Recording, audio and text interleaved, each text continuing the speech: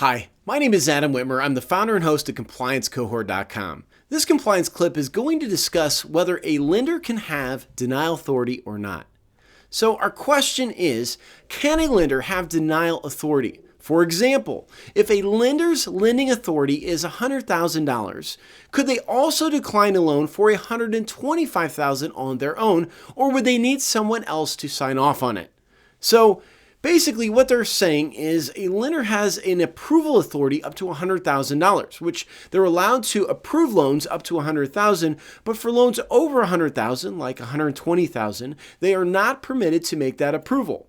So the question is, on the denial side, are they allowed to deny a loan that goes above and beyond their lender approved approval amount? So the answer to this is going to, of course, be fair lending considerations. So we need to really look at fair lending rules to answer this.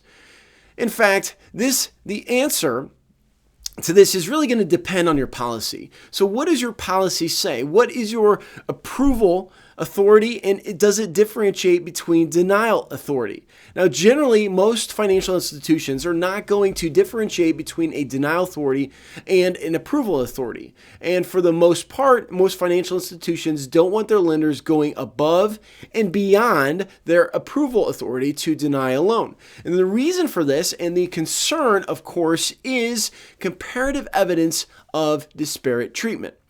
So first of all, what is comparative evidence of disparate treatment? Well, this is one of the three types of violations that is recognized by the court when it comes to fair lending and discrimination. So comparative evidence of disparate treatment is one of the three types of discrimination recognized by the courts. That's what I was trying to get out the first time. So the way comparative evidence of disparate treatment works is that your regulators come in and do a comparative analysis. They're looking for, in the case of approvals and denials, they're looking for your best denials, and they're going to compare those against your worst approvals. So your best denials are the ones that almost made it but didn't, and your worst approvals are the ones that barely made it but did. And they're going to be looking for overlap. That overlap usually is a result of lender discretion because you're not doing everything consistently. If you were doing it consistently, you would have no overlap at all. But when you're not doing things consistently and have overrides and have exceptions and have lenders making decisions on their own without a hard line of what is approved and what isn't, then you end up with that overlap.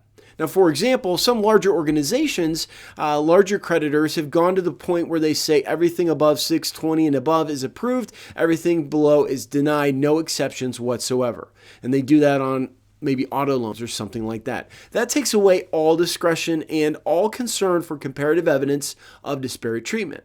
But most of your financial institutions, especially smaller community banks and credit unions, want to give your lenders discretion because local underwriting is one of the key pieces that set you apart from the larger creditors.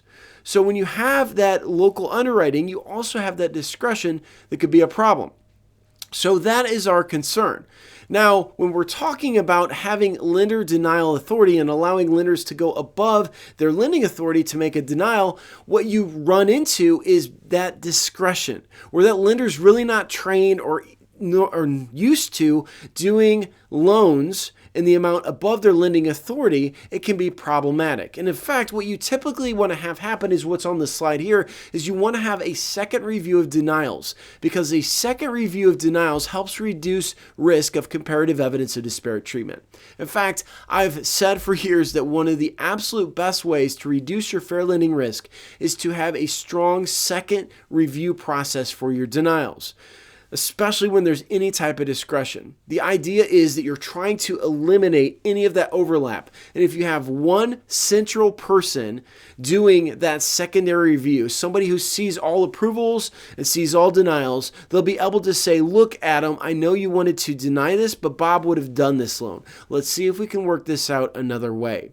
Or when an approval comes in, Adam, I see that you're approving this, but in the past we've denied these. This causes fair lending risk. I think we need to talk about this. So there may be there's definitely some things that are done when you talk about having a second review of denials to reduce your comparative evidence of disparate treatment.